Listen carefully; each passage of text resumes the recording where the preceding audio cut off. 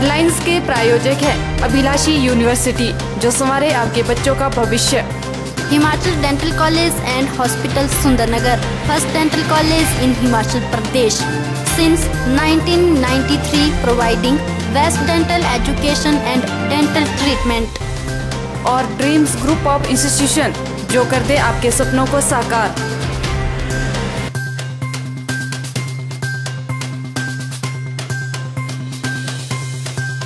Congress party ने मनाया स्थापना दिवस, कार्यकर्ताओं ने संगठन को मजबूत रखने की ली शपथ।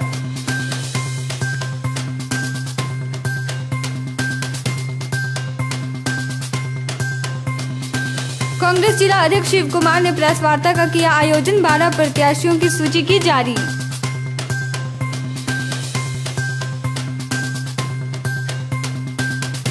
उद्यान विभाग के विक्रय केंद्रों में फलदार पौधे बागवानों को करवाए जा रहे उपलब्ध, सेब की हाईटेक वैरायटी की बड़ी डिमांड।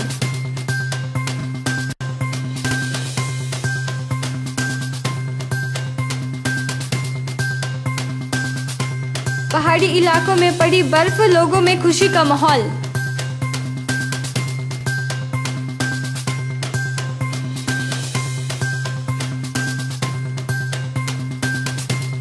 नमस्कार, आप देख रहे हैं ओरिएंटल टाइम्स और मैं हूं आपके साथ शिवानी। आज कांग्रेस पार्टी का स्थापना दिवस धनोटू महादेव में ब्लॉक अध्यक्ष नीलमणि ठाकुर की अध्यक्षता में मनाया गया, जिसमें सभी कांग्रेस पार्टी के कार्यकर्ताओं ने बढ़ चढ़कर हिस्सा लिया। आज कांग्रेस पार्टी का स्थापना दिवस धनोटू महादेव में ब्लॉक अध्यक्ष नीलमणि ठाकुर की अध्यक्षता में मनाया गया, जिसमें सभी कांग्रेस पार्टी के कार्यकर्ताओं को ब्लॉक अध्यक्ष नीलमणि ठाकुर ने अपने संबोधन में कांग्रेस पार्टी के बारे में अवगत करवाया और कांग्रेस पार्टी के पथ पर चलने का आह्वान किया। इस अवसर पर ब्लॉक कांग्रेस कमेटी नाचन अध्यक्ष नीलमणि ठाकुर, पूर्व प्रत्याशी लाल सिंह कौशल, पूर्व जिला कांग्रेस कमेटी के प्रवक्ता एवं महासचिव ब्रह्मदास चौहान, केसरी लाल, नरेश कुमार, महिला कांग्रेस कमेटी नाचन अध्यक्ष सीमा चंदेल, शिवानी चौहान, ब्रिजलाल किशोरी वालिया, नरेंद्र ठाकुर कनेट के साथ कांग्रेस पार्टी के अनेकों पदाधिकारी और कांग्रेस पार्टी के कार्यकर्ताओं ने भाग लिया। ओरिएंटल टाइम्स के लिए आदर्श यादव की रिपोर्ट।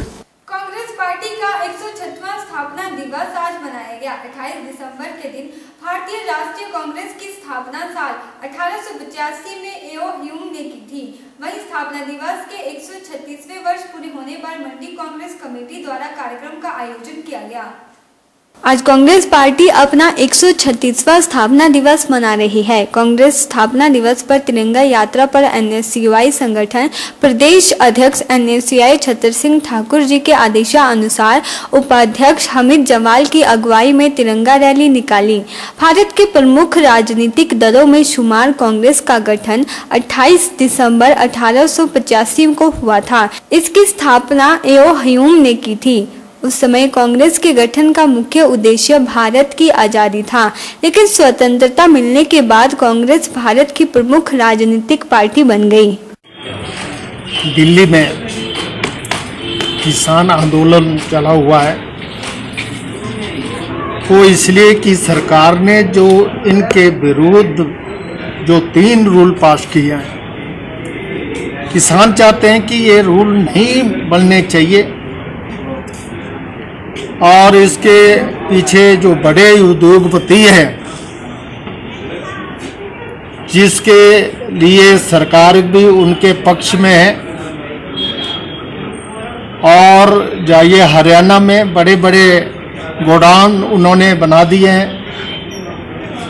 और सरकार इसलिए नहीं मान रही कि उनका इन बड़े बड़े उद्योगपतियों के साथ साझेदार है। किसान जो हमें अनाज पैदा करता है, रोटी देता है, और किसान के बगैर हम अधूरे हैं, तो इसलिए हम सरकार से एक गुजारिश करना चाहते हैं कि किसानों की बात उन्हें माननी चाहिए। मैंने पहले भी कहा है कि एक बार ऐसा ही एजिटेशन दिल्ली में हो रहा था, जिसके किसानों के लीडर महेंद्र सिंह टिकैत थे। उनका इससे बड़ा एजिटेशन दिल्ली में चल रहा था, तो उस वक्त कांग्रेस सरकार दिल्ली में थी और राजीव गांधी जब महेंद्र सिंह टिकैत के पास मिलने के लिए आए उन्होंने महेंद्र सिंह टिकैत से बात की। उन्होंने जो महेंद्र सिंह टिकैत ने उन्हें बताया कि ऐसी ऐसी हमारी मांगे हैं, उनको तुरंत राजीव गांधी ने माना। तो ऐसी बात इस गवर्नमेंट में होनी चाहिए। मोदी जी को मानना चाहिए कि किसान हमारे हैं और किसान हमारे हित के लिए काम करते हैं, हमें अनाज पैदा करके देते हैं और जिसका निर्यात हम बाहर के देशों में करते हैं। कांग्रेस ने जो देश में मजबूती लाई, कांग्रेस को स्ट्रांग किया, इसके पीछे कांग्रेस पार्टी का एक इतिहास रहा है। आज पूरा देश आज इस कांग्रेस पार्टी इस स्थापना दिवस को मना रही है और हम इस शुभ अवसर पर सभी को बधाई देते हैं। धन्यवाद। आपको बता दें कि आज़ादी के बाद से लेकर 2014 तक 16 आम चुनावों में से कांग्रेस ने 6 में पूर्ण बहुमत हासिल किया, जबकि 4 बार सत्तारूढ़ गठबंधन का नेतृत्व किया। भारतीय लोकतंत्र के इतिहास में कांग्रेस सर्वाधिक समय तक सत्ता में रही। इस पार्टी को देश में 7 प्रधानमंत्री देने का श्रेय जाता है। मनमोहन सिंह ने 2004 से 2014 तक कांग्रेस नीति यूपीए की गठबंधन सरकार का नेतृत्व किया था। ओरिएंटल टाइम्स के लिए हेमलता भारद्वाज की रिपोर्ट।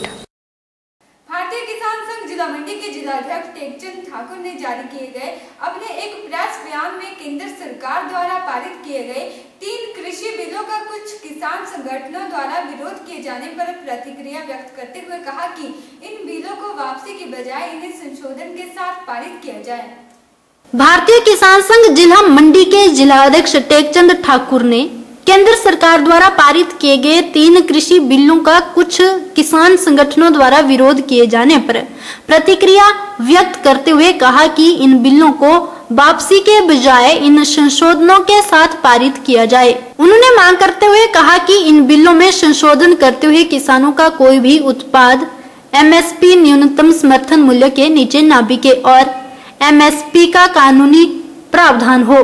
वहीं किसानों के लिए उनके गृह जिले में ही कृषि न्यायालय का गठन हो ताकि किसानों से संबंधित सभी विवादों का शीघ्रता से निपटारा हो सके। संविदा खेती करने वाली कंपनियों को किसान का उत्पाद खरीदने के लिए बाध्य किया जाए और कंपनियों का पंजीकरण सरकारी पोर्टल पर हो। उन्होंने कहा कि बैंक में कंपनियों की जमानत राशि हो और उसकी सूची भी पोर्टल पर हो, जिसे देकर किसान अपना कृषि उत्पाद बेच सके। भारतीय किसान संघ ने यह भी मांग की कि कंपनियों को किसान की कैटेगरी में न रखा जाए और न ही उनको किसान का दर्जा दिया जाए, जिससे जमाखोरी न हो और उपभोक्ताओं के हितों में बाधा न पहुंचे।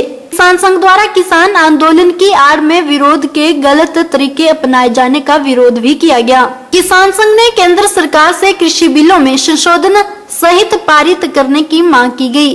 संघ हिमाचल प्रदेश उपाध्यक्ष आजकल दिल्ली के अंदर जो किसानों का एक आंदोलन चल रहा है,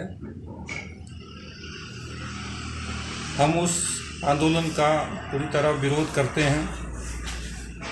भारतीय किसान संघ जो सरकार एक नया कानून लेके आई है, उसमें कुछ संशोधन करके उसका समर्थन करती है। भारतीय किसान संघ की डिमांड है, हमारी इससे पहले भी सरकार से बातचीत हुई है कि एमएसपी का जो कानून है वो लिखित में होना चाहिए और एमएसपी का जो प्राइस हो सरकार की तरफ से फिक्स किया जाए, उससे नीचे कोई भी कंपनी किसानों से कोई भी अनाज नहीं खरीदे। दूसरा, किसान न्यायालय का एक गठन किया जाए, जो कंपनी और किसानों के बीच में आपसी झगड़े होंगे उनका निपटारा किसान न्यायालय में जल्दी से जल्दी किया जाए, ऐसा न्यायालय का गठन किया जाए। जो कॉन्ट्रैक्ट फार्मिंग के ऊपर बातचीत चल रही है, कॉन्ट्रैक्ट फार्मिंग पहले भी होती थी, आगे भी होगी। पंजाब में, साउथ इंडिया में कॉन्ट्रैक्ट फार्मिंग का कंसेप्ट आज से 20 साल से पहले 20-25 साल से चल रहा है। उसमें किसानों के साथ कोई ऐसा धोखा होने वाली बात नहीं है। फिर भी सरकार उसमें कानून बनाए कि कंपनियों को किसान की कैटेगरी में नहीं रखा जाए, किसान को किसान का दर्जा मिले, कंपनी का कैटेगरी में रहे। दूसरी बात क्या है कि कंपनियों की जिस स्टेट में वो बिजनेस करना चाहती है उस स्टेट के अंदर उस कंपनी का रजिस्ट्रेशन होना चाहिए और गवर्नमेंट ऑफ इंडिया का एक ऐसा पोर्टल होना चाहिए जिसमें कंपनी का पूरा पंजीकृत नाम हो, उसका रजिस्ट्रेशन नंबर हो, साथ में बैंक की उसकी गारंटी हो, जिससे किसान का जो पैसा है सुरक्षित रहे। क्योंकि ऐसा देखने में आया है कंपनियां जो है किसानों से माल ले जाती है गांव से और वो कंपनी बाद में भाग जाती है, किसान को पैसा नहीं मिलता। ऐसा हमारे हिमाचल में सेब के व्यापारियों के साथ भी कई बार ऐसा धोखा हुआ। अभी टमाटर की जो फसल आई बल के अंदर, उसके साथ भी ऐसा कुछ किसानों के साथ धोखा हुआ। अभी तक कुछ किसानों को पैसा नहीं मिला है। तो इस बात का ध्यान रखते हुए हम ये भी भारत सरकार से डिमांड करते हैं कि इस कानून के अंदर कुछ संशोधन करके इसको लागू किया जाए। इसको जो है इस कानून को ख़त्म नहीं किया जाए। जैसे और किसान संगठन ये डिमांड कर रहे हैं कि इस कानून को वापस ले लिया जाए, तीनों कानूनों को वापस ले लिया जाए। हमारी ये मांग नहीं है, हम ये मांग दोबारा बार कर रहे हैं कि इस कानून को लागू किया जाए, क्योंकि एक देश है, एक मार्केट होनी चाहिए। ये जो लड़ाई लड़ी जा रही है, जो दिल्ली में जो भारतीय किसान संघ इसका विरोध करता है, क्योंकि जो दिल्ली में किसान लोग संगठन बैठे हैं वो कुछ राजनीतिक लोगों के साथ मिलजुल कर इस संगठन को चला रहे हैं और उनकी जो डिमांड है वो 2 स्टेटों तक सीमित है।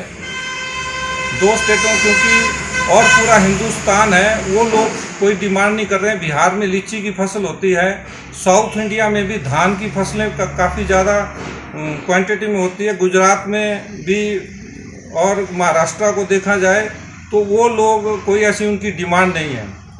मेरी तो भारत सरकार से ये भी डिमांड है कि ये जो 2 स्टेटों का जो स्ट्राइक चल रही है, ये 2 स्टेटों के ऊपर छोड़ दिया जाए और इस कानून को जो है पूरी तरह लागू कर दिया जाए। कुछ संशोधनों को करके कंपनियों को किसान की कैटेगरी में नहीं रखा जाए।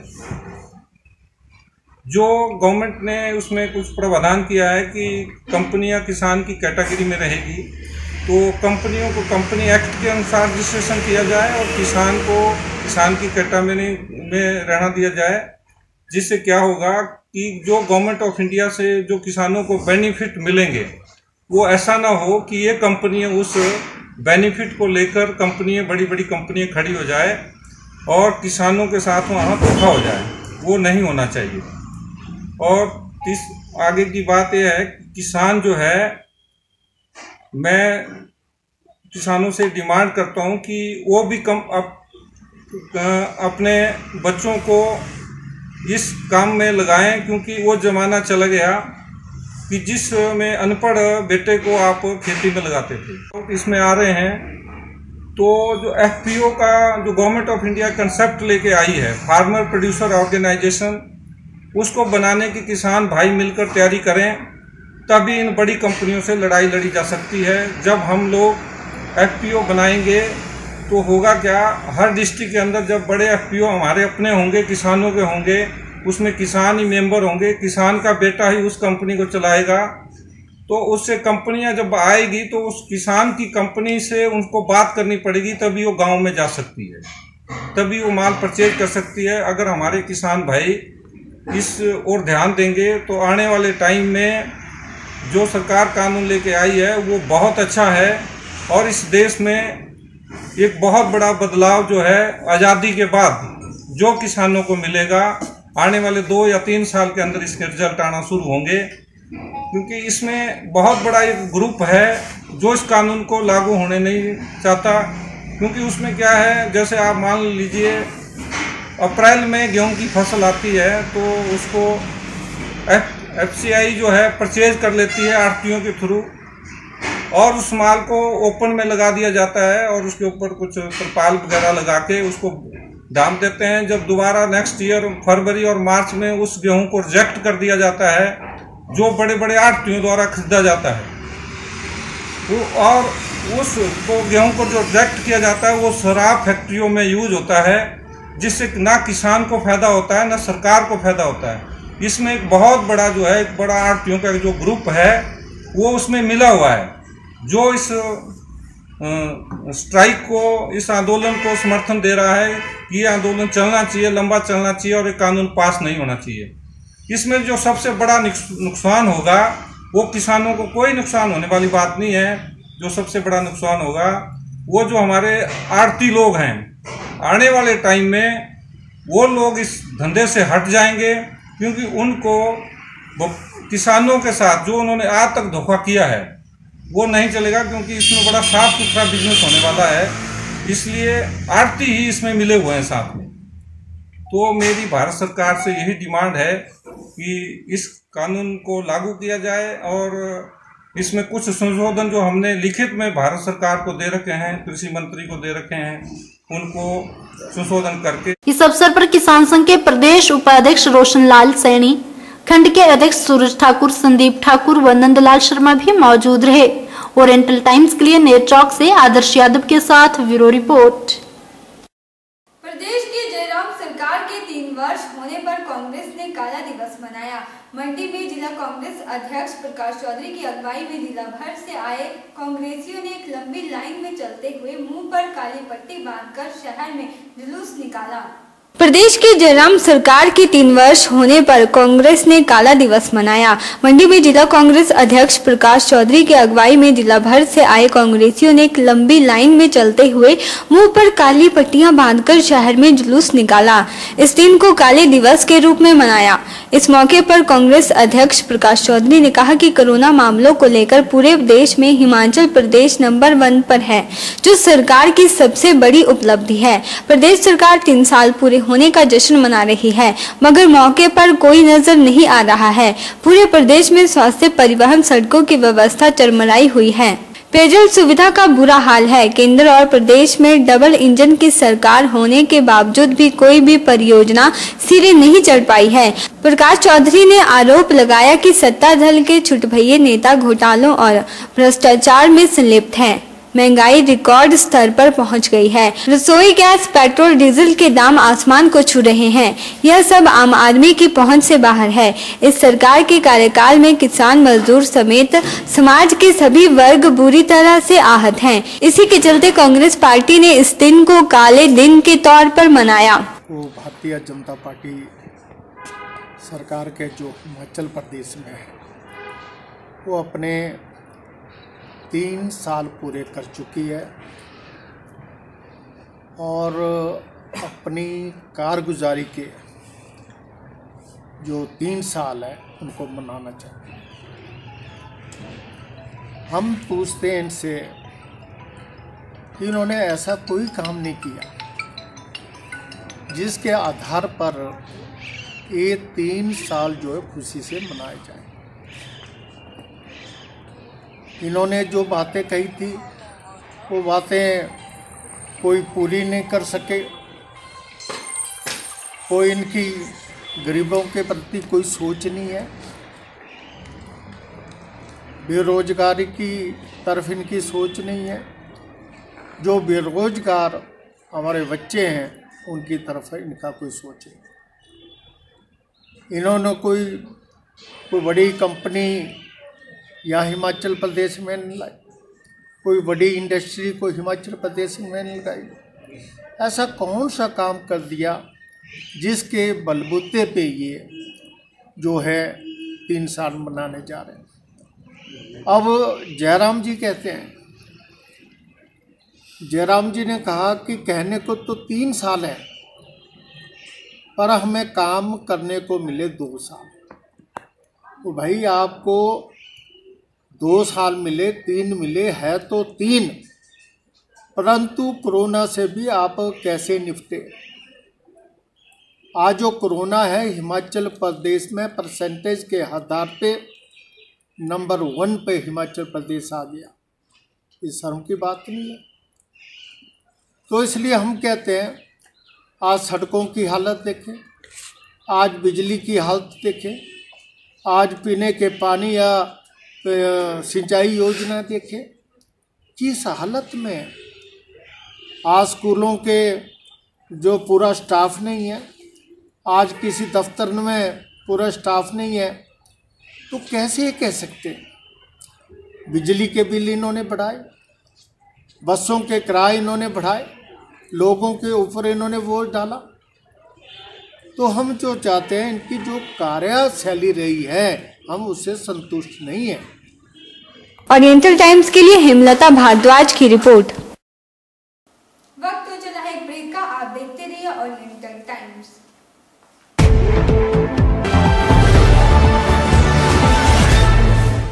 भाजपा ने जिला परिषद प्रत्याशियों की सूची कुछ दिन पहले जारी कर दी थी, जिसमें कुछ स्थानों में भाजपा को बगावत भी झेलनी पड़ी। यही वजह रही कि कांग्रेस अब फूंक फूंक कर कदम रख रही है। भाजपा ने जिला परिषद प्रत्याशियों की सूची कुछ दिन पहले जारी कर दी थी, जिसमें कुछ स्थानों में भाजपा को बगावत भी झेलनी पड़ी। यही वजह रही कि कांग्रेस अब फूंक फूंक कर कदम रख रही है। यही वजह रही है कि कांग्रेस अभी तक 17 जिला परिषद प्रत्याशियों की सूची घोषित नहीं कर पाई है। प्रत्याशियों को लेकर कांग्रेस जिला अध्यक्ष शिव कुमार ने प्रेस वार्ता का आयोजन किया और 12 प्रत्याशियों की सूची जारी की है। उन्होंने बताया कि 5 स्थानों पर अभी कांग्रेस मंथन कर रही है, जिसमें सोलन के विधायक कर्नल धनीराम शांडिल एक मत बनाने की कोशिश कर रहे हैं। जल्द ही वह बाकी 5 की भी सूची जारी कर देंगे। शिव कुमार ने बताया कि भाजपा क्योंकि सत्ता में है, इसलिए वह सभी चुनावी पासे फेंक कर जीत हासिल करना चाह रहे हैं। चुनावों के समय ही देश के प्रधानमंत्री किसानों के अकाउंट में 2-2 हजार रुपए डालकर किसानों को गुमराह करना चाहते हैं, लेकिन हिमाचल के किसान अब उनकी बातों में आने वाले नहीं हैं और जिला परिषद के चुनावों में वह भाजपा को मुंह तोड़ जवाब देने वाले हैं, क्योंकि भाजपा की वास्तविकता सभी के समक्ष आ चुकी है।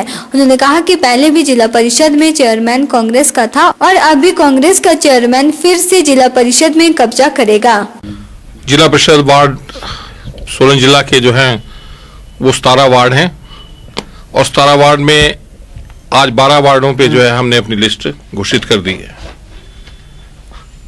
पूर्व में भी जिला परिषद में कांग्रेस का वर्चस्व हो रहा है। कांग्रेस को, हमारे चेयरमैन धर्मपाल जी को और पूरी कांग्रेस पार्टी को लोगों की सेवा करने का मौका मिला और भविष्य में भी हम लोगों से सहयोग चाहेंगे कि पुनः कांग्रेस के उम्मीदवारों को अपना आशीर्वाद दें और उन्हें कामयाबी दिलाएं, जिससे दोबारा से हम यहाँ जिला परिषद जो है कांग्रेस की बना सके। हमारी जो जीत है, हमारी कांग्रेस की पहले ये कोशिश रही कि क्योंकि कांग्रेस अभी सत्ता में नहीं है, भाजपा जो है साम दाम दंड भेद सारी तरह की नीतियां इलेक्शन जीतने के लिए अपनाती। इन्होंने इलेक्शन जीतना ही एक अपना ध्येय रख लिया है, चाहे उसके लिए हेरा फेरी करनी पड़े, चाहे ईवीएम से छेड़छाड़ करनी पड़े, चाहे लोगों को उसके दाम देने पड़े। इस तरह की भावना इन्होंने, जैसे मोदी जी को अभी किसानों के प्रति प्रेम जाग आया, पंचायतों के चुनाव हो रहे हैं, दूसरे चुनाव तो उनको प्रेम जाग आया कि मैं 2-2 हजार रुपए किसानों के खाते में डाल रहा हूं। इस तरह से ये लोग वोट कैप्चर करने की कोशिश में रहते हैं, लेकिन लोग इनके झांसे में एक दफा तो आ गए, बार बार आने वाले नहीं है। हमारी जो यहाँ कोशिश रहेगी सोलन जिला में, हमारी इनकी लिस्ट हमारे से कोई 1 हफ्ते पहले आ गई थी, हमारी लेट हुई। उस वक्त इस कारण हुई कि हम लोग तालमेल अब चाह रहे थे कि हमारे भी ऐसा नहीं है कि इन्हीं की पार्टी में 2-2 3-3 कैंडिडेट है, हमारे में भी ऐसी ही। हमारे जिस तरह से हमारा नालागढ़ है, वहाँ लखविंदर राणा जी है, उन्होंने पूरा वहाँ तालमेल बनाने की कोशिश की और वहाँ से एक उम्मीदवार दिए। दून में हमारे XMLA राम जी हैं, उन्होंने पूरा प्रयत्न किया अपने साथियों के साथ मिलकर। वहाँ से भी अभी वहाँ से 2 सीटें बाकी रह गई हैं, वो भी 1-2 दिन में हो जाएगी। हमारे कसौली निर्वाचन क्षेत्र है, वहाँ से हमारे विनोद सुल्तानपुर जी उम्मीदवार है, रमेश चौहान जी इनके सहयोगी रहे। सबने मिलकर जो है वो पूरे सहयोग से वहाँ इन्होंने भी अपने उम्मीदवार उतारे और एक ही उतारे। इसी तरह से हमारे कर्नल धनीराम शांडिल जी यहाँ से हैं। कर्नल धनीराम शांडिल ने भी भरसक प्रयत्न किए कि हर सीट पे जो है सहमति बने और अभी भी वो कोशिश कर रहे हैं, अभी भी उनकी कोशिश जारी है कि सहमति बने और एक उम्मीदवार ही आए। इसी तरह से हमारे राज साहब का जो निर्वाचन क्षेत्र है अर्की, वहाँ से भी बड़े शांतिपूर्ण ढंग से एक उम्मीदवार उन्होंने सेलेक्ट किए और बाकी सब उसके सहयोग के लिए तैयार हो गए। हमारी जीत निश्चित है, क्योंकि लोग जो हैं इनके राज्य में इनकी सरकार से तंग आ गए हैं, चाहे केंद्र की सरकार हो चाहे प्रदेश की सरकार हो। अब केंद्र की सरकार का ही लीजिए, अभी फिर सिलेंडरों के रेट बढ़ा दिए। ये जो बात करते हैं कि हमने सिलेंडर गरीब परिवारों को एक एक दिए, क्या उसके बाद कभी बढ़ाने की भी सोची? उसको कभी पूछने भी आया जिनको ने सिलेंडर दिए? किसानों को जो है इलेक्शन के टाइम बोल दिया कि 2-2 हजार रुपए आपके खाते में आ रहे हैं। क्या इससे पहले किसान रोटी नहीं खाते थे? ओरिएंटल टाइम्स के लिए सोलन से ब्यूरो रिपोर्ट। सोलन में इस सीजन की पहली बर्फबारी हुई है, जिससे सोलन शहर और पहाड़ियां बर्फ से ढकी नजर आई। वहीं लोग बर्फबारी का भरपूर आनंद ले रहे हैं। सोलन में इस सीजन की पहली बर्फबारी हुई है। सोलन शहर और आसपास की ऊंचाई वाली पहाड़ियां बर्फ से ढकी नजर आई। देर रात तक मौसम बेहद साफ था। अचानक ही बादल छाए और पहले बारिश हुई और फिर अचानक बर्फ पड़ने लग गई। शहरवासियों ने जब सुबह उठकर देखा तो बर्फ की सफेद चादर से पहाड़ियां और शहर ढका नजर आया, जिसे देखकर शहरवासी बेहद खुश नजर आए। हालांकि पिछले वर्ष से यह बर्फ बेहद कम थी, लेकिन ठीक नव वर्ष से पहले ही प्रकृति ने हिमाचल वासियों को यह नायाब तोहफा दे दिया। शहरवासियों का कहना है कि सभी को उम्मीद थी कि क्रिसमस के दिन सोलन में बर्फबारी होगी, लेकिन उस दिन लोगों को थोड़ा मायूस होना पड़ा। लेकिन अब अचानक से हुई बर्फबारी ने सभी को हैरत में डाल दिया है और वह बेहद खुश हैं। उन्होंने कहा कि इस बर्फबारी से जहां हिमाचल में पर्यटक आएंगे, वहीं आने वाले समय में पानी की कमी भी पूरी होगी। उन्होंने बताया कि यह बर्फबारी किसानों के लिए भी लाभदायक सिद्ध होगी। उन्होंने कहा कि अचानक पड़ी बर्फ से तापमान में गिरावट दर्ज की गई है, लेकिन इस ठंड का सभी आनंद ले रहे हैं। हमें उम्मीद नहीं थी कि ऐसी स्नोफॉल हो जाएगी और बहुत ही खुशी भरा ये दिन है और पर्यटकों के लिए और हमारे आम जीवन बागवानों के लिए बहुत ही अच्छा है। और देखिए, कड़कड़ाती ठंड जिस तरह से कह रहे थे नहीं पड़ रही थी और एकदम ही भगवान ने एक उपहार दिया है हमें नए साल से पहले, तो बहुत ही खुशी हो रही है। और देखिए, ठंड भी बहुत लग रही है यहाँ पर कि कुछ अंदाज़ा नहीं था कि देखिए, जब भी बर्फ़ पड़ती थी तो उससे पहले बारिश या मौसम ठंडा होता था पूरी तरह से। जैसे कल पूरे दिन धूप खुली रही तो किसी को अंदेशा नहीं था कि ऐसा हो जाएगा। देखिए, सुबह उठे और ये तो सेंटा का एक तरह से गिफ्ट हो गया कि हम सुबह उठे और चारों तरफ सफ़ेद चादर ओढ़े हुए। शाम को मतलब शाम के टाइम में जब थोड़ा हल्की बारिश शुरू हुई और रात को 1 बजे बर्फ़ पड़ गई, तो किसी ने सोचा भी नहीं होगा कि एकदम से अचानक बर्फ़ पड़ जाएगी और इतनी ठंड हो जाएगी।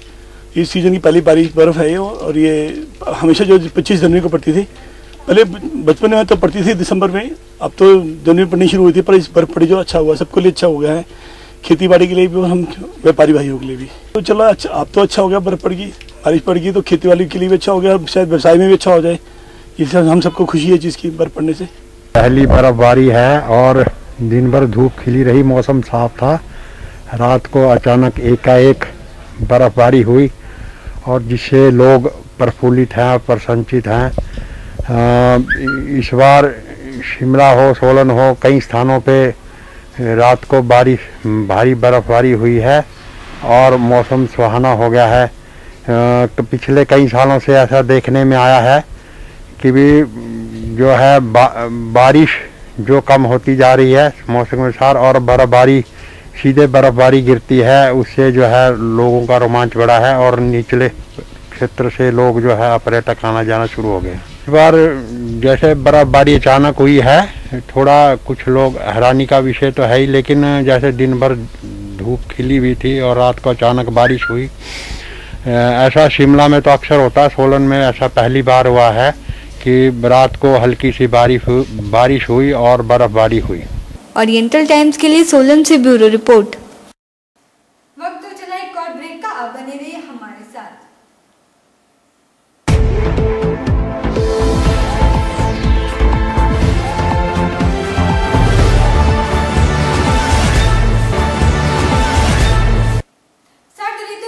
जाने वाले फलदार पौधों को लगाने के लिए हमीरपुर के लोग काफी दिलचस्पी दिखा रहे हैं।